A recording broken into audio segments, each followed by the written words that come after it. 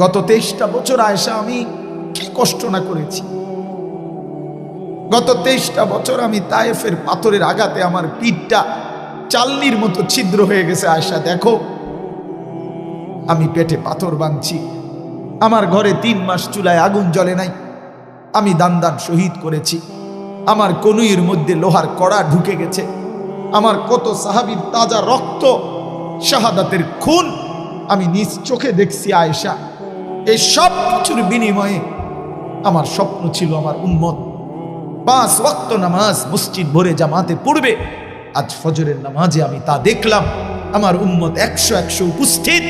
আমি আয়েশা সার্থক, আমার 23 বছরের মেহনত সার্থক। এরপরে নবী আসমানের দিকে 2 হাত তুলে বলছে, আল্লাহুম্মা রফিকাল আ'লা, মাওলা আপনি বন্ধুর কাছে এবার আমি যেতে চাই, আমার মাকসাদ পূর্ণ হয়েছে।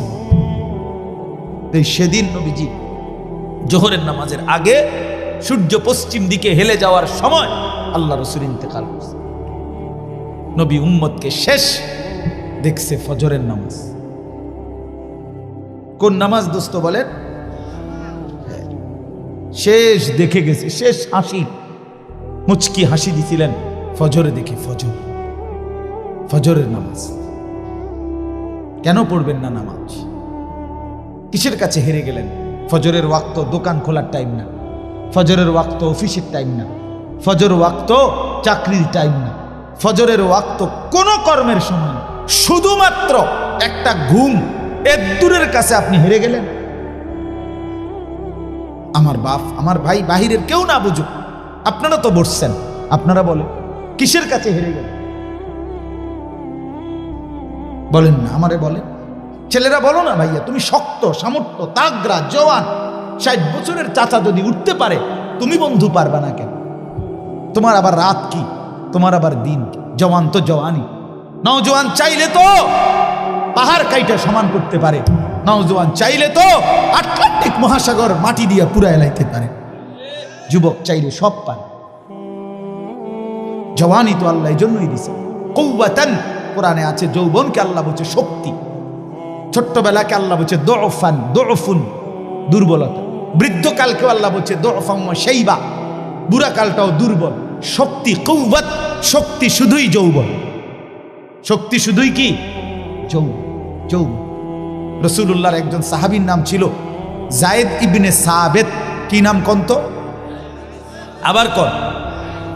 এই সাহাবীর বয়স যখন 16, তখন আল্লাহ রাসূল সাল্লাল্লাহু আলাইহি ওয়াসাল্লাম ইন্তেকাল করছেন।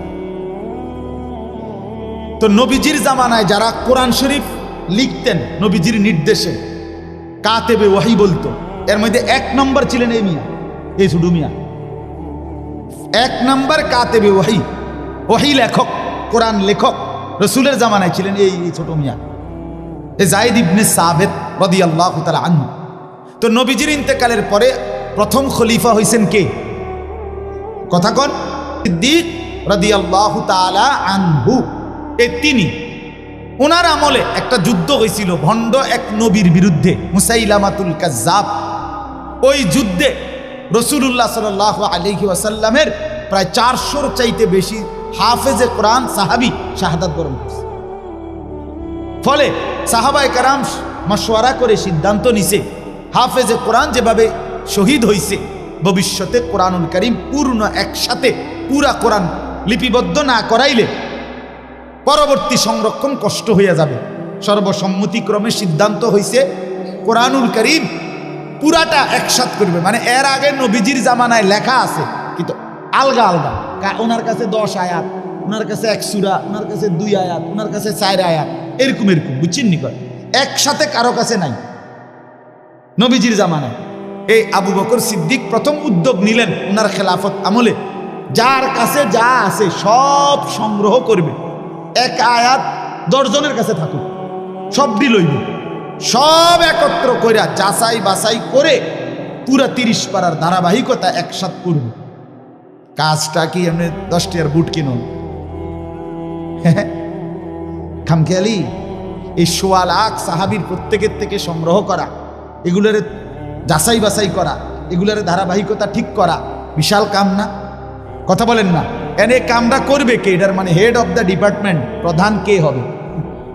এটা প্রথম কামটা করবে কে? হযরত আবু বকর সিদ্দিক রাদিয়াল্লাহু তাআলা আনহু প্রথম নাম প্রস্তাব করলেন এই 16 বছরের তাগড়া জওয়ান যায়েদ ইবনে সাবিতকে নিয়ে। বলে ওরে ডাক দাও। ওনারে আনছে। হযরত আবু বকর সিদ্দিক জিজ্ঞেস করছেন, যায়েদ বলো তো তুমি পারবা নি এটা করতে? এই কোরআন সংকলনের এই বিশাল কাজ তুমি করতে পারবা কিনা? আমি যে কথাটা বুঝাইতে চাইছি আমার ভাই শুনেন। ওই সাহাবী বলতেছে, আমিরুল মুমিনিন আবু বকর সিদ্দিক, আপনি যদি আমাকে বলেন এই চোখের সামনের পাহাড়টা কাইটা আরেকখানে স্তূপ দিতে, আমি যায়েদ সেটাও পারবো ইনশাআল্লাহ। আপনি কইলেন কি আমার পারতাম না? মানে আমি নওজোয়ান না? আমি পারবো না তো কে করবে? আমি পারবো না কেন? এই জন্য বাপ আমি এটা বুঝাইতে চাইলাম, আমার সন্তানরা পারবে না কেন? কেন পারবে না? মা বাবার গাফলতি, পরিবারের গাফলতি, লাগামহীন ছেড়ে দেওয়া, একটা বড় মোবাইল তার জিন্দিগির সঙ্গী বানায় দেওয়া, এই এক অসভ্যতার কাছে সবাই আমরা হেরে গেল। সবাই তাগড়া জওয়ান তার যৌবনের সোনালী সময়টা এই মোবাইল, উলঙ্গ ছবি, নর্তকীর নাচ, জিনা ব্যভিচারের দৃশ্য, মদ জুয়ার আড্ডা, নারীর নৃত্য, অবৈধ প্রেম, সারা রাত উলঙ্গ ছবি দেখা, এই জানোয়ারি কাজ, অসভ্য কাজে শেষ করে খালাস শেষ। এর জন্যই আল্লাহ বানাইছে। এমন সোনালী জিন্দিগি এভাবে শেষ করে দাও। সারাটা রাত অসংখ্য যুবক বর্তমানে মোটর সাইকেলে পিছনে একটা উপযুক্ত যুবতী মেয়ে নিয়ে সারা রাত রোডে রোডে ঘোরে। আমি এখন আমাদের যাত্রাবাড়ি ধোলাইখালের পর থেকে নিয়ে পদ্মা সেতুর পর্যন্ত যে মেন রাস্তাটা, এটা পাংখা রাস্তা, মানে রাস্তা এত সুন্দর, চোখ বন্ধ করে গাড়ি ছেড়ে দিলে এটা হিমাতার যাবে, এমন সুন্দর রাস্তা। আমি তো প্রায় ওই মাদারীপুর, শরীয়তপুর, ফরিদপুর গেলে আসার পথে দেখি রাতের 2টা, 2:30, 3টা বাজে। আমি নিজ চোখে দেখছি, আহা, অসংখ্য মোটর সাইকেল, আপনার প্রতিটার পিছনে, আকসার অধিকাংশটার পিছনে একটা একটা যুবতী মেয়ে আছে, ঘুরতেছে। কোথায় মা, কোথায় বাপ, কোথায় পরিবার, কার মেয়ে, কার ছেলে? আহ আহ মনে রাখবেন, যেই মেয়ে, যেই মহিলা নষ্ট হয়ে যায়, মেয়ে যদি চরিত্রহীন হয়, মেয়ে যদি অপবিত্রা হয়, মেয়ে যদি খারাপ হয়, তো এটা বিরানি পৌঁছলে জাগাত রাখুন যায় না, একবারে দূরের ডাস্টবিনে ফেলে দিতে হয়। কোনো নারী পৌঁছে যাওয়া, মেয়ে নষ্ট হয়ে যাওয়া, মহিলা নষ্ট হয়ে যাওয়া, আল্লাহর কসম, এটা শুধু পৌঁছে না, এটা দুর্গন্ধে পুরা সমাজটা শেষ করে দিচ্ছে। নারী নষ্ট হইলে সব শেষ। ভাত ফুরান হইলে রাতের ভাত সকালে ফানিত ভিজাইয়া খাওয়া যায়, বেডি নষ্ট হইলে এটারে আর জাগাত রাখা যায়। হ্যাঁ, যে মেয়ে বেহায়া, দুশ্চরিত্রা, যে মেয়ে কোনো হারাম প্রেমে ঢুকে গেছে, যে মহিলা বিবাহিতা কোনো পরকীয়ায় আসক্ত, মনে করেন ওই সমাজও শেষ, ওই ঘরও শেষ, ওই স্বামীর জিন্দিগিও শেষ, ঘরটাই তখন জাহান্নামের টুকরা। এই জন্য কোরআনুল কারীমের মধ্যে আল্লাহ তাআলা বলছে, শয়তানের চক্রান্ত দুর্বল, দাঈফা, নারীর চক্রান্ত আজিম, ভয়ানক। ইবলিসের চক্রান্তের চাইতে সরাসরি আল্লাহর কোরআনে আছে, নারীর চক্রান্ত তার চাইতে ভয়ানক। নারী অসৎ হইলে শেষ। বেডি যদি সিদ্ধান্ত নেয়, এই জামাই তোরে বেড়া, আমি তোর বাপের লগে, মাল লগে, দেবর ননদের লগে তুই কেমনে থাকস, আমি বেডি বাচ্চা দেখতে দেখা দিতাম না, তো মনে করেন শেষ। বুঝেননি? মহিলা যদি সিদ্ধান্ত নেয়, আমি আমার জামাইরে, জামাইয়ের আপন মা বাবার সাথে, জামাইয়ের ভাই বোনের সাথে চলতে দিব না, তো এর চাইতে দুর্ভোগ আর লাঞ্ছনা ওই ফ্যামিলিতে আর হয় না। এজন্য মাদের ইসলাহ খুব দরকার। বোনদের ইসলাহ খুব দরকার, নারীর সংশোধন খুব দরকার। কোরআনুল কারীমে আছে ইন্নামা ইউরিদুল্লাহু লিইউযহিবা আনকুমুর রিজসা আহলাল বাইত।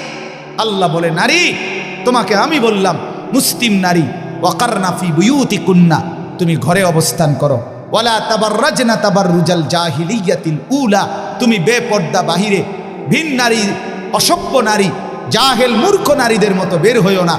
3 ওয়া আকিমনাস সালাহ, আল্লাহ বলছে কোরআনে নারী তুমি 5 ওয়াক্ত নামাজ পড়ো, ওয়া আতিনাজ যাকাত, বছর শেষে হিসাব করে তোমার স্বর্ণ রৌপ্য গহনা অলংকারের যাকাত প্রদান করো। আর 5 নাম্বার ওয়া আতিইনাল্লাহ ওয়া রাসূলা, আল্লাহ এবং রাসূলের আনুগত্য করো। আল্লাহ বলে নারী কেন বললাম এ আল্লাহ তখন বলছে আমি আল্লাহ চাই তুমি নারীর মাধ্যমে তোমার পুরা ঘরটাকে পবিত্র করে দিতে। যে নারী নামাজি, যে নারী চরিত্রবান, কসম আল্লাহ সে ঘর পুরা পবিত্র হয়েছে। আল্লাহ আমাদের বোনদেরকে তৌফিক দান করে, আল্লাহ আমাদের মাদেরকে তৌফিক দান করে। হা বাপ আপনারা যত্নবান হন। আমি প্রত্যেক দিন বলি খাট পালং আর সোফা, ফার্নিচার আর দালান বিল্ডিং, টাইলস আর বাথরুম এটা আপনার জিন্দিগির কামিয়াবি না। আপনার স্ত্রী সন্তানের ঈমান, আপনার স্ত্রী সন্তানের নামাজ, আপনার স্ত্রী সন্তানের পর্দা, আপনার স্ত্রী সন্তানের কোরআন, আপনার স্ত্রী সন্তানের হালাল হারাম মেনে চলা, আল্লাহর কসম এটাই আপনার সংসার, এর মধ্যেই আপনার সফলতা, এর মধ্যেই আপনার জান্নাত, এর মধ্যেই আপনার পরকালের মুক্তি। আল্লাহ বুঝার তৌফিক দান করে। শেষটা হইল আখিরাত, এটাই শুধু তর্জমা বললে আপনারা বুঝে ফেলুন। শেষ এক হইল জীবনের সব কিছু আমার হবে কার থেকে, আর জীবনের সব কিছু আমাকে সাজাইতে হবে কার মতো। এই সহজ বুঝলেন না? আর রয়েছে কি আমার জিন্দিগির আল্লাহকে সবসময় স্মরণ রাখা, রসুলুল্লাহর মতো জীবন গড়া। কেন কেন এগুলো দরকার? কেন? ভাত মাছ চাল ডাল দালান বিল্ডিং করার জন্য না, আখিরাতের জন্য। আমার কবর, আমার হাসর, আমার মিজান, আমার ফুলসেরাত, আমার পরকাল, আমার আখিরাত, আমার জান্নাত, আমার জাহান্নাম থেকে মুক্তি, এর জন্য আমাকে তাওহীদ ঠিক রাখা, রসুলুল্লাহর অনুসরণ ঠিক রাখা, এটা জরুরি। তাহলে আমার জীবনের 3টা জিনিস, তাওহীদ, রিসালাত, আখিরাত। বলেন আবার কোন? এইবার তর্জমা শুনুন, তাইলে কথা শেষ। আল্লাহ তাআলা বলেন বিসমিল্লাহির রহমানির রহিম, কোরআনুল কারীমের 75 নম্বর আয়াত। আরে সূরা কত নাম্বার? সূরা কিয়ামা, কিয়ামত আর কি। আল্লাহ তাআলা বলেন লা উকসিমু বিয়াউমিল কিয়ামা, আমি আল্লাহ কসম করছি কিয়ামত দিবসে। আমি কসম করছি বান্দা, আমি কসম করে বলছি কিয়ামত নিশ্চিত। আল্লাহ কসম করলে এমনিতে বললেই তো আল্লাহর কথা 100 সত্য। সেখানে আল্লাহ আমাদের বিশ্বাস আরো হওয়ার জন্য কসম করছে। এরপরে আখিরাতকে ভুলে যাওয়া বুদ্ধিমানের কথা বলেন না, বুদ্ধিমানের কাজ। আল্লাহ আমাদেরকে বুঝ দান করে। ওয়ালা উকসিমু বিন-নাফসিল লাওয়ামা, আল্লাহ বলেন 2 নম্বরে আমি আরো কসম করছি ওই অন্তরের, যেই অন্তর মানুষকে গুনাহের প্রতি তিরস্কার করে, নেক কাজের প্রতি আহ্বান। এমন একটা দিলের যদি কাউকে আল্লাহ এমন একটা দিলও দান করে, বড় মোবারক, বড় মোবারক, বড় ভাগ্যবান। এটাকে নফসে মুমিনাও বলে, নফসে লাওয়ামাকে। মানুষের ভিতরের এই প্রবৃত্তি, মানে আমাদের ভেতরের চাহিদা, প্রত্যেকের ভিতরে এই চাহিদা, এই নিয়ামতটা যদি না থাকতো দুনিয়া চলতো না। দুনিয়া চল, আপনি বইয়া রয়েছেন কি ওড়ো না, মনে হয় না, বাদ গাইতে না, মনে হয় না, চলো না আইটে না, ভাল লাগে না, আপনি সাদা কথা ঠিক কিনা বলেন না কেন? মানে এইটা যদি না থাকতো ভিতরে প্রবৃত্তি, চাহিদা, সব তস্তস হয়ে যেত, সব তস্তস হয়ে যেত। তো এই প্রত্যেক মানুষের নফস, ভিতরের চাহিদা, নফস এটা 3 প্রকার। কয় প্রকার? 3। প্রথম, প্রত্যেক আত্মার প্রথম চাহিদা গুনাহের দিকে আহ্বান। মন প্রথম চায় গুনাহ করতে, মন প্রথম চায় অলসতা, মন প্রথম চায় অবহেলা, মন প্রথম চায় নাফরমানি, মন প্রথম চায় অবাধ্যতা। 60 বছর যার ফজরের নামাজ কাজা হয় নাই, ওই ব্যক্তির মনেও প্রথম শয়তান অথবা নফস তাকে ধোকা দেয়। আচ্ছা উঠতে আরি সবসময় তো রাহো না। ইন্নান নাফসা লাআম্মারাতুম বিসসু, প্রত্যেক মানুষের অন্তর প্রথম গুনার দিকে আমন্ত্রণ করে। কিসের দিকে? এটাকে বলা হয় আপনার প্রথম নফসে আম্মারা, যেটা গুনার দিকে ডাকে। 2 নাম্বার হলো নফসে লাওয়ামা, ভিতরে এমন একটা প্রবৃত্তি তৈরি করা, যেই প্রবৃত্তি, যেই চাহিদা আমাকে যখনই গুনাহ হয় তখনই তিরস্কার করে। আহা কি করলো, আহা কি করলো, এটা কেন করলো, মিথ্যাটা কেন বললাম, চুরিটা কেন করলাম, লোকটাকে কেন গালি দিলাম, নর্তকী কেন দেখলাম, নাচ গান কেন দেখলাম, লোকটাকে ওজনে কম দিলা কেন, এই বেটার উপরে জুলুম করলা কেন। এই যে বিবেকের দংশন, বিবেকের দংশন, অনুভূতির টানাপোড়ন, নিজের কলিজার মধ্যে জ্বলা পোড়া। আহা নামাজটা ছুটে গেল, আহা আর একটু আগে দাঁড়াইলে জামাতটা পাইতাম, আহা প্রথম রাকাতটা কেন পাইলাম, কেন কেন ফজরের নামাজটা জামাত ছুটে গেল। এই যে একটা অস্থিরতা, এই যে একটা বেচাইনি, বেচাইনি। আজকে সারা দিনে হায় হায় একবারও আল্লাহকে ডাকলাম, একটু কোরআন শরীফও করতে পারলাম না, কাউকে 10টা টাকা দান করতে পারলাম না। এই যে যে কোনো নেক আমলের প্রতি একটা অস্থিরতা, গুনাহের প্রতি একটা নিজের অস্থিরতা, কেন করলাম, এই কেন আমল ছুটে গেল, এতটুকু চাহিদা যদি কোনো দিলের মধ্যে থাকে, এটাকে বলা হয় নফসে লাওয়ামা। এর থেকে নিচে মুমিনের নামা উচিত না। এর থেকে নিচে নামলে তারে মুমিনের অন্তর বলে না, তারে ইমানদার বলে না। দৈন্তান্না কান্না রুমাল সাদু কোটি, আমি এটা কয়েকবার ভাবছি কারবারটা কি, এটা রুমকা। এখন গায়ে জামা দিতেই মন চায় না, শীতকালে জামা খুলতেই মন চায় না। এখন মন চায় ডেইলি 3 বার গোসল করি, শীতকালে 3 দিনে গোসল করতে না না না, শীত শীত। আল্লাহ তাআলা বলেন বান্দা ইউকাল্লিবুল্লাহুল লাইলা ওয়ান নাহার, রাত এবং দিন আমি পরিবর্তন করি। কে? আল্লাহ করে। আল্লাহ তাআলা বদলায় দেয়, রাত বদলায়, দিন। হুয়াল্লাযী জাআলাল লাইলা ওয়ান নাহারা খিলফাতান, আল্লাহ বলে তিনি আল্লাহ যিনি রাত এবং দিন বানিয়ে থাকেন পর্যায়ক্রমে, ধারাবাহিকভাবে। একবার রাত, একবার দিন, একবার দিন, একবার রাত। আল্লাহ বলেন এটা আমি করে থাকি। লিমান আরাদা আন ইয়াযাক্কারা আও আরাদা শুকুরা, কেন রাত বানাই, কেন দিন বানাই?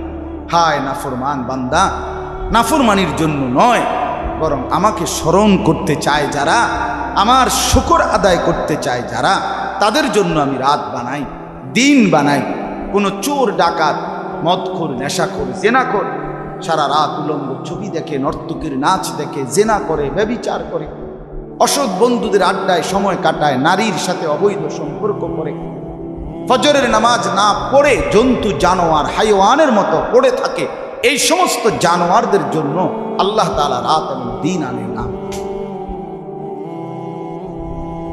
এজন্য না বাপ, তোমরা ছাড়া জিন্দিগি বোঝো না, মোবাইল ছাড়া তোমরা আজকে জিন্দিগি বাইধা ফেলছো, দেহের অঙ্গ বানায় ফেলছো মোবাইলকে।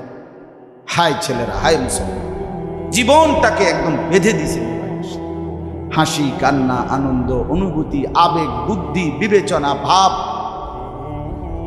যা কিছু দিলে আসে সব কিছু মোবাইলের মধ্যে দিয়ে দিচ্ছে। যেটা পায়, শাক, লতা, খোসা, দশা, আঙ্গাস, তেলাপিয়া, রোড়া, বদনা, যেটা পায়।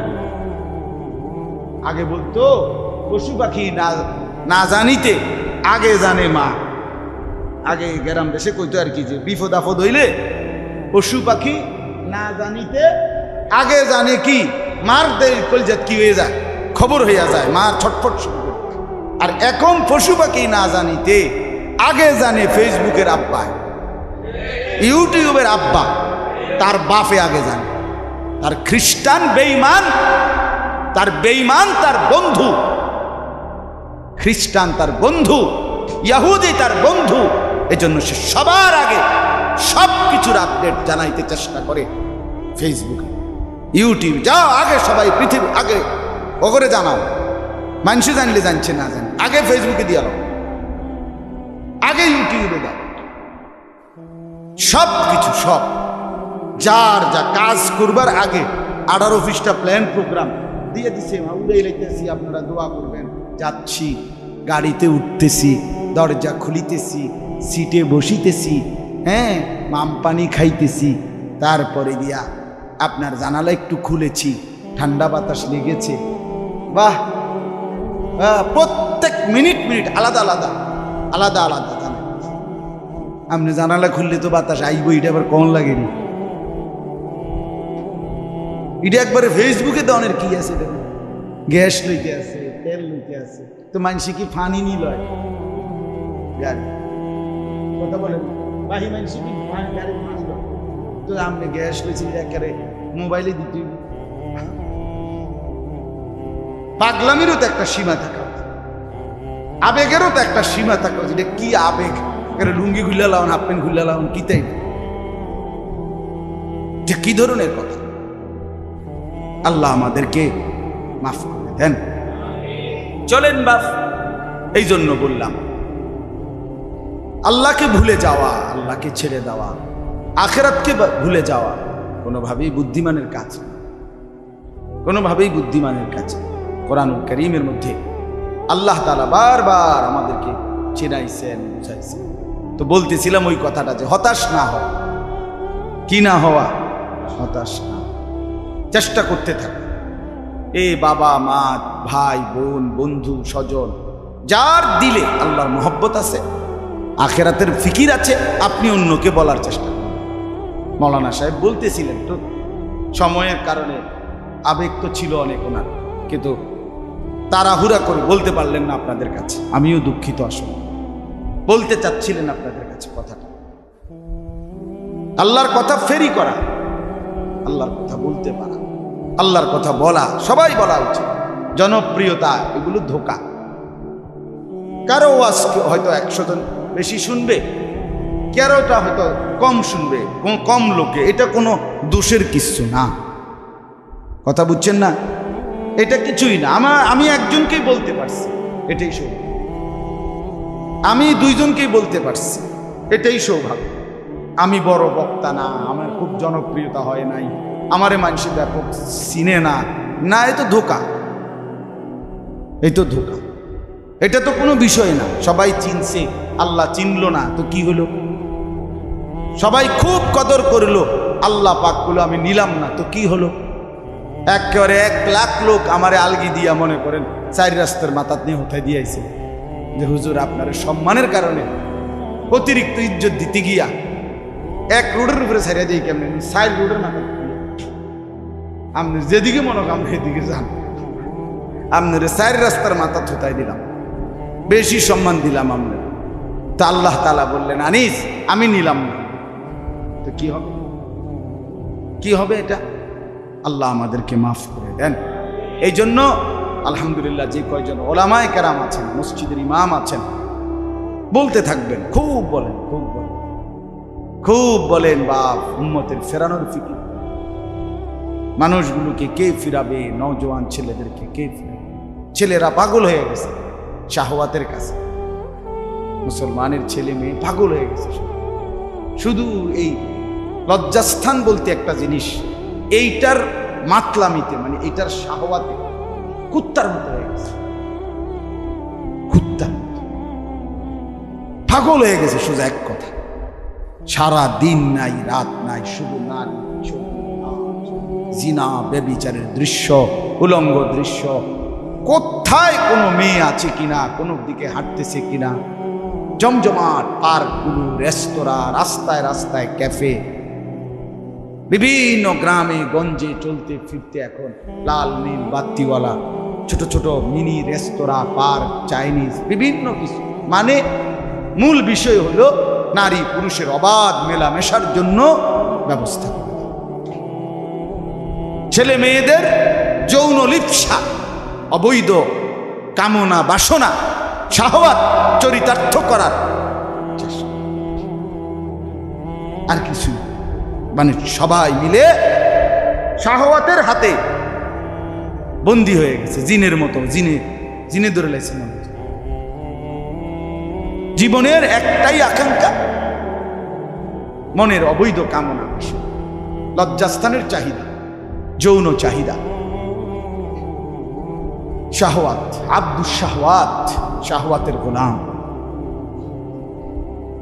আল্লাহ তাআলা আমাদেরকে বুঝ দান করেন, ফেরানো দরকার। আমি এই জন্য আলহামদুলিল্লাহ, আমার কথা হলো যেখানেই আল্লাহর কথা হোক, ও ঘরের ভিতরে হোক, ছাদের মধ্যে হোক, দোতলা হোক, চারতলা হোক, উপরে হোক, নিচে হোক, কম হোক, বেশি হোক, মসজিদ হোক, মাদ্রাসা হোক, বাড়ি হোক, উঠান হোক, বলতে থাকি।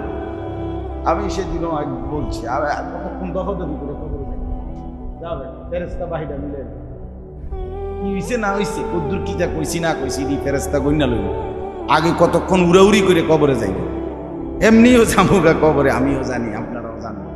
কাজেই আল্লাহর কথা বলে, আল্লাহর কথা বলতে বলতে কতক্ষণ তুফান তাফান করে বলে চলে যাবে।